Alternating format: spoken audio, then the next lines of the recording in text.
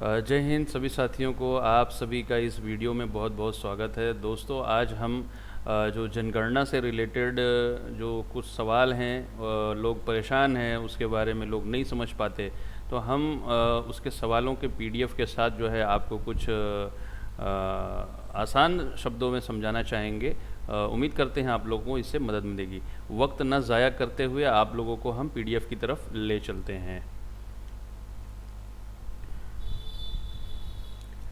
तो देखिए दोस्तों, जनगणना जो है हो रही है, जनगणना 2027, ठीक है। इसमें दो पहलू हैं। एक सबसे पहले सेल्फ एन्यूमरेशन का एक पहलू दिया गया था हमारे उत्तर प्रदेश में। 21 तारीख तक उसकी आखिरी डेट थी।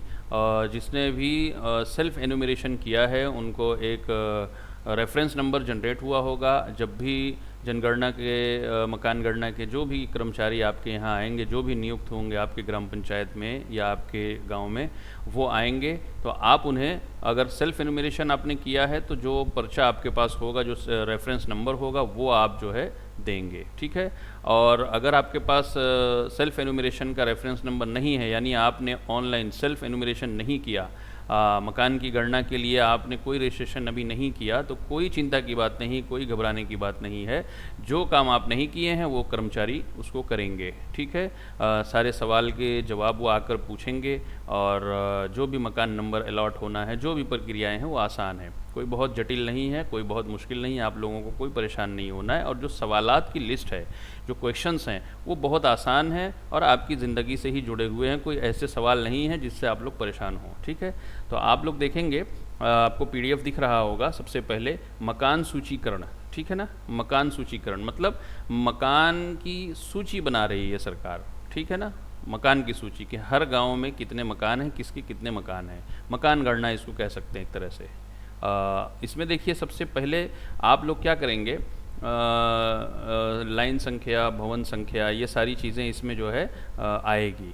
तो उसमें सवालों की तरफ डायरेक्ट चलते हैं। आप लोगों ने सेल्फ एनुमरेशन किया नहीं है तो कोई दिक्कत नहीं है। अब सवाल क्या हैं, जो कर्मचारी आएंगे पूछेंगे, तो वो सबसे पहला सवाल है, आपके मकान का फर्श कैसा होगा। तो जैसा भी फर्श है, मिट्टी का है, लकड़ी का है, बांस बिछा हुआ है, या पत्थर का है, सीमेंट का है, या आपका पक्की ईंट का है, कोई भी है, आपको लिस्ट दिख रही होगी।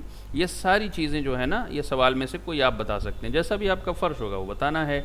इसी तरह से आपके मकान की दीवारें कैसी है, दीवारें जो अधिकतर दीवारें, जैसे होता कुछ कुछ दीवारें कच्ची हैं, कुछ पक्की हैं, तो ज़्यादा कौन सी है। अगर पक्की है, ज़्यादा पक्की दीवारें हैं, तो आप पक्की दीवार लिखाएंगे, या ईंट की दीवार है, या कंक्रीट की दीवार है, जो भी आपके मकान की जो भी स्थिति है वो आप इसमें लिखाएंगे, ठीक है। इसी तरह आपके मकान की जो है छत किसकी है, कंक्रीट की है, छप्पर है, पतरा है, टीना है, या जो भी XYZ जो भी चीज़ें हैं, पक्की ईंट की है। पुराने मकान होंगे तो संभावना है कि वो पक्की ईंट के होंगे।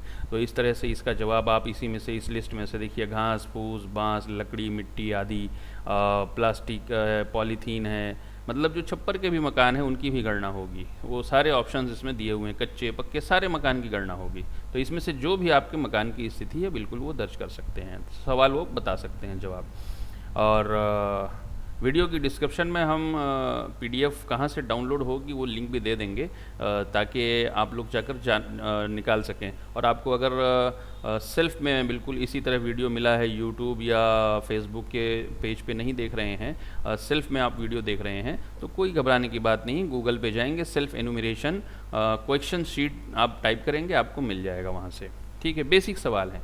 और आपका देखिए,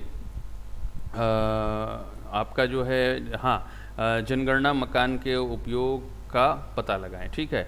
ये आपके जो कर्मचारी आएंगे जनगणना मकान गणना के लिए, वो क्या करेंगे, गूगल पे मैप सेट करेंगे। आपका मकान, मैप में आपका मकान पहचानना होगा कि हाँ यही हमारा मकान है, लाइव लोकेशन समझिए एक तरह से।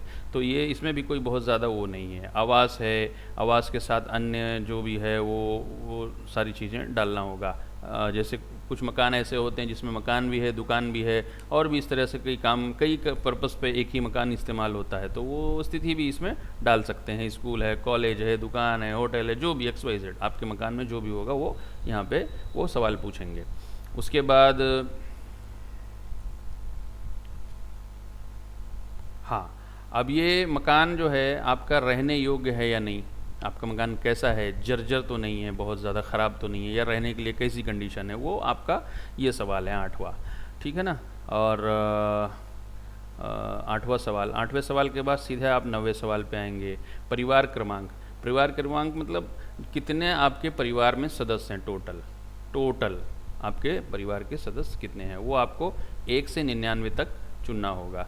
तो जितने भी परिवार के सदस्य होंगे, जैसे बेटा है, बेटी है, बहू है, बीवी है, पोती नाते, जैसे जॉइंट फैमिली होती है, एक ही परिवार होता है, और घर का मुखिया एक है, तो वो सारे परिवार की आपको सूची यहाँ डालनी होगी। खाली परिवार के सदस्य कितनी गिनती में, ये नहीं सबके नाम लिखवाना है या सबके नाम पूछेंगे या ये आईडी मांगेंगे, बिल्कुल नहीं। कितने परिवार के सदस्य, 5 हैं, 10 हैं, 8 है, जो भी हैं वो आप यहाँ पे डाल देंगे। उसके बाद इस परिवार के सामान्य रहने वालों की व्यक्तियों की संख्या, मतलब आप समानता जो है, नॉर्मली आपके मकान में कितने लोग उमूमन रहते हैं। परिवार के सदस्य तो इतने हैं, लेकिन कितने लोग रहते हैं वो आप यहाँ पे बता सकते हैं। और बिल्कुल जानकारी स्पष्ट दीजिए, कोई दिक्कत नहीं है, इससे कोई बहुत बड़ी समस्या की कोई बात नहीं है, घबराने की भी कोई ज़रूरत नहीं है।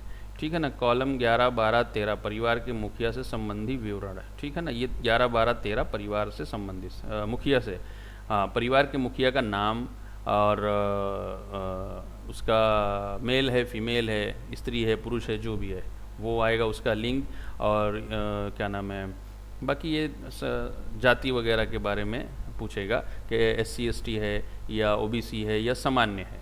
ठीक है ना। ये 3 है, SC ST OBC, SC ST और सामान्य, जनरल, अदर में आएगा, अन्य में आएगा।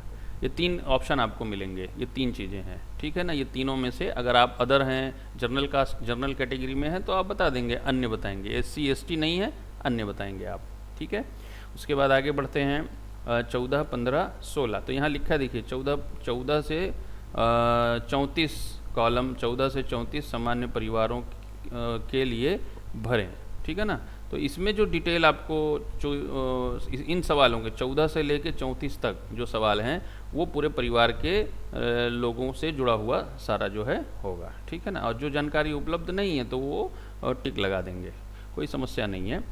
इसमें क्या है, आप इस मकान में स्वामित्व की स्थिति, ठीक है ना, मकान की ओनरशिप, ठीक है, ये कौन है ओनर वो आ जाएगा।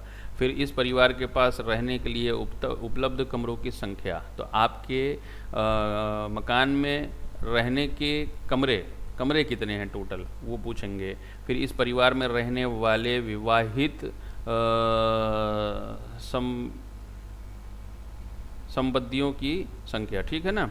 तो विवाहित मतलब कपल्स, शादीशुदा जोड़े कितने हैं, 1, 2, 3, 4 जैसे हैं, माँ बाप हैं, एक जोड़ा वो हो गया। उसके बाद बेटे हैं, 2 बेटे हैं जिसमें से एक की शादी हुई है, एक की नहीं हुई है, तो 2 जोड़े टोटल हो गए, माँ बाप हो गए और एक बेटे की शादी हुई है, बेटा बहू, तो दो जोड़ा हो गया। तो उस तरह से बताना है, ठीक है। और कॉलम 17 से 25 परिवार के उपलब्ध सुविधाएं, ठीक है ना, परिवार को उपलब्ध सुविधाएं। अब परिवार के पास सुविधाएं क्या क्या हैं उसके बारे में सवाल है। पानी, पीने का पानी का क्या आपके पास साधन है, कुआं है, नल का पानी आता है या हैंड पंप है। संभावना गांव देहातों में हैंड पंप ही जो है होता है, हर घर में लगभग नल होती है, हैंड पंप जिसको कहते हैं, वो हर घर में होती है, तो उसका आप जो है बता सकते हैं। या आप फ़िल्टर पानी पीते हैं, बाहर से पानी लेते हैं, जो भी आपका पानी पीने वाला पानी का जो भी स्रोत है वो आप बता सकते हैं। और पीने के पानी का जो स्रोत है, मतलब पानी का जो सोर्स है वो कहाँ है, आपके घर के अंदर ही है कि घर के बाहर है। मान लीजिए हैंड पंप है तो घर के बाहर तो नहीं है, अगर घर के बाहर है तो वो बताना पड़ेगा कि हाँ घर के बाहर है, घर के अंदर है तो घर के अंदर, जो भी है जहाँ भी होगा, तो परिसर में है या परिसर के बाहर है वो ऑप्शन बताना होगा। प्रकाश का मुख्य स्रोत, मतलब जो आपके घर में रोशनी होती है रात के वक्त या दिन के वक्त, जो भी रोशनी आप कैसे लेते हैं, आप सोलर से यूज करते हैं या कोई दिया बत्ती जलाते हैं या इलेक्ट्रिसिटी का यूज़ करते हैं। तो आज के डेट में हर घरों में लगभग इलेक्ट्रिसिटी है, तो आप इलेक्ट्रिसिटी मतलब बिजली का उपयोग करते हैं, या आप अपना जवाब दे सकते हैं, ठीक है ना। इसी तरह आगे बढ़ते हैं, शौचालय की जो है सुलभता, ठीक है ना। अब शौचालय आपके घर है नहीं है, अगर बना है तो हाँ है, शौचालय बना है वो बताएंगे आप। तो शौचालय बना है तो हाँ, तो उसका टैंक वैंक कैसा है, पाइप सीवर है, डायरेक्ट पाइपलाइन ऐसी डायरेक्ट नाले में गई हुई है या आपने सेप्टिक टैंक बनाया है, जो भी है वो बताएंगे। यहाँ पे है शौचालय है या नहीं है, ठीक है, यहाँ है या नहीं है, ठीक।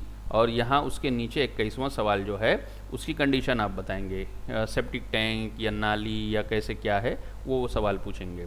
फिर 22वां सवाल आपका है गंदे पानी की निकासी, घर का जो बर्तन धुलना, नहाना धोना, ये सारा जो गंदा पानी कहाँ निकलता है, खुली नाली में जाता है या बंद नाली है, वो आपको देखना है, ठीक है ना। खुली नाली है या बंद नाली है, ये आप जो है बताएंगे, ठीक है ना। गंदे पानी, ढकी हुई नाली है, खुली नाली है, किसी भी नाली से नहीं। तो कहीं कहीं क्या होता है कि ऐसे गड्ढा बना देते हैं लोग, उसी में पानी डंप होता, बहता नहीं है, तो वो जानकारी आपको देनी है। और परिसर के अंदर जो है स्नान करने की सुविधा की उपलब्धता, हमाम है कि नहीं, बाथरूम जिसको जिसको नहाने के लिए इस्तेमाल करते हैं, तो वो हमाम है, हाँ है तो किस तरह का है, ऊपर छत है या नहीं है, या ऊपर से खुला है, ये जानकारी आपसे पूछी जाएगी बस। और उसके आगे बढ़ते हैं। 25वां सवाल जो है आपका खाना पकाने का मुख्य ईंधन, ठीक है। खाना पकाने के जो है आप क्या इस्तेमाल करते हैं खाना पकाने के लिए, रसोई। उससे पहले 24वां जो सवाल है उससे पहले रसोई घर और एलपीजी कनेक्शन की उपलब्धता, मतलब आपके घर में किचन है या नहीं है। हाँ किचन है तो उसमें कनेक्शन जो गैस पे खाना बनाते हैं या क्या करते हैं वो उसमें ऑप्शंस दिए हुए हैं सारी, एलपीजी है या नहीं है। अगर एलपीजी है तो ये पहले वाले ऑप्शन पे क्लिक करेंगे, नहीं है तो दूसरे ऑप्शन पे, वो आपसे कर्मचारी पूछेंगे, आपको बता देना है, ठीक है, इस तरह से। उसके नीचे है कि आपके जो खाना बनाने का जो ईंधन है वो क्या है, आप गैस से बनाते हैं और लकड़ी से बनाते हैं, मिट्टी का तेल जो भी यूज़ करते हैं वो आप बताएंगे, ठीक है। अगर आप गोबर का कंडा यूज़ करते हैं तो यहाँ सारी चीज़ें हैं, गोबर, बायोगैस का यूज़, सौर ऊर्जा, सोलर से आपका जो है हीटर वगैरह चलता है, जो भी चलता है आप वो बता देंगे जैसे भी खाना बनाते हैं, ठीक है। उसके आगे 26वां सवाल है आपके पास रेडियो है कि नहीं, फिर 27वां टेलीविज़न है कि नहीं, इंटरनेट की सुविधा आप कैसे इस्तेमाल करते हैं, मोबाइल से या लैपटॉप से या किससे, ठीक है या नहीं, इस्तेमाल करते हैं या नहीं, नहीं करते हैं तो नहीं, अन्यथा किस में करते हैं, अगर करते हैं तो किस में करते हैं, मोबाइल में या कंप्यूटर या लैपटॉप, वो ऑप्शन पूछेंगे आपसे। उसके बाद आपके पास लैपटॉप या कंप्यूटर है या नहीं, हाँ वो जवाब आ जाएगा। फिर उसके बाद टेलीफोन और मोबाइल फ़ोन, स्मार्टफोन, तो आपके पास क्या है, आपके पास टेलीफोन है, लैंडलाइन वगैरह पहले चलता था, अब तो बहुत कम ही दिखता है। आपके पास मोबाइल फ़ोन है या स्मार्टफोन है, क्या है, सादा फ़ोन है तो मोबाइल फ़ोन आप लिख सकते हैं, स्मार्टफोन है तो स्मार्टफोन, अगर अन्य है तो उसका डिटेल आप डालेंगे, या दोनों है या नहीं, या कुछ भी नहीं है, इसमें से जो भी डिटेल होगी, ठीक है। उसके बाद हम चलते हैं 31वें सवाल पे। तो इसमें आपसे पूछा जा रहा है साइकिल और स्कूटर, मोटरसाइकिल, ये सारी चीज़ें हैं या नहीं है, ठीक है। उसके बारे में अगर आपके पास साइकिल है तो साइकिल पे, मोटरसाइकिल है तो मोटरसाइकिल पे, अगर दोनों है तो दोनों बताएंगे कि हाँ हमारे पास दोनों है, ठीक है। कार के बारे में, कार है या नहीं है। अच्छा, ये जो सुविधाएं हैं ना, ये पूरे परिवार की है, न कि खाली मुखिया की है। पूरे परिवार में अगर बेटे के नाम से भी गाड़ी है तो उसको आपको दर्ज कराना होगा, क्योंकि वो परिवार का हिस्सा है, आपका बेटा जो है वो परिवार का हिस्सा है। बहू के नाम है तो वो भी परिवार का हिस्सा है, तो परिवार की सुविधाएं सारी इसमें है, मुखिया की नहीं खाली। तो आपको ये ध्यान रखना है, इसमें छुपाइए नहीं, कोई दिक्कत वाली बात नहीं है। अगर आप सक्षम हैं तो क्या दिक्कत है, हाँ अगर आप नहीं हैं आपके पास तो कहिए नहीं है, कोई दिक्कत नहीं। अच्छा, परिवार द्वारा उपयोग किया जाने वाला मुख्य अनाज, मतलब आप ज़्यादातर क्या खाते हैं। अच्छा, कोई दो सवाल इसमें से नहीं, दो जवाब नहीं दे पाएंगे, कोई एक ही बताना होगा, गेहूँ खाते हैं ज़्यादा या चावल ज़्यादा खाते हैं या बाजरा, ज्वार, जो भी मुख्य अनाज है वो, मक्का या अन्य कोई अगर अनाज है तो वो भी आप बता सकते हैं, ठीक है। और 34वां जो है मोबाइल नंबर, ठीक है ना, मोबाइल नंबर जो जनगणना से संबंधी, मतलब यहाँ पे जो मोबाइल नंबर आप देंगे तो जनगणना के समय भी वही मोबाइल पे सारा काम होगा, उसी मोबाइल नंबर से सारी चीज़ें होंगी, जो भी आपको सूचना मिलनी होगी जनगणना विभाग द्वारा या जनगणना डिपार्टमेंट द्वारा, जो भी सूचनाएं मिलनी होगी वो इसी के ज़रिए मिलेगी। तो आप ये मोबाइल को, आप मोबाइल नंबर ऐसा दें जो हमेशा उपस्थित रहे, हमेशा चालू रहे, ठीक है ना। तो ये सारे सवाल हैं, कोई बहुत ज़्यादा मुश्किल नहीं है और कोई बहुत ज़्यादा आपको परेशानी की भी बात नहीं है, है ना। तो आसान है, सारे आपसे जुड़े हुए सवाल हैं, घबराने की कोई बात नहीं है। अब जब जनगणना होगी तो उसमें फिर व्यक्तिगत परिवार जो जितने भी लोग हैं, परिवार के जितने भी सदस्य होंगे, उन सभी का जो है नाम वगैरह जो है उसकी भी प्रक्रिया हम इस तरह से वीडियो बनाकर डाल देंगे कि कैसे वो जनगणना होगी। ये तो अभी मकान की गणना है। अच्छा, मकान नंबर अलॉट होने हैं इसमें, आपके मकान नंबर मिलेगा। और जो कर्मचारी आपको अगर कोई पेपर देते हैं, कोई एक्नॉलेजमेंट देते हैं, कोई रसीद देते हैं, तो आपको उसको संभाल कर रखना है। आपको हो सकता हो मकान संख्या अलॉट हो, जैसे परिवार रजिस्टर में आप देखते होंगे या वोटर आईडी में देखते होंगे कि मकान संख्या होती है, मकान नंबर होता है, उसी तरह से मकान नंबर आपको अलॉट होंगे। तो उसका कोई भी प्रूफ या रसीद या कोई भी आपको चीज़ें मिले तो उसको आप संभाल कर रखें। वो भविष्य में आपको या आपके आने वाली पुश्तों को, आपके आने वाली जो आल औलाद हैं उनको काम आएगी। ठीक है, तो ये जानकारी थी। उम्मीद करता हूँ आप लोगों को समझ आई होगी।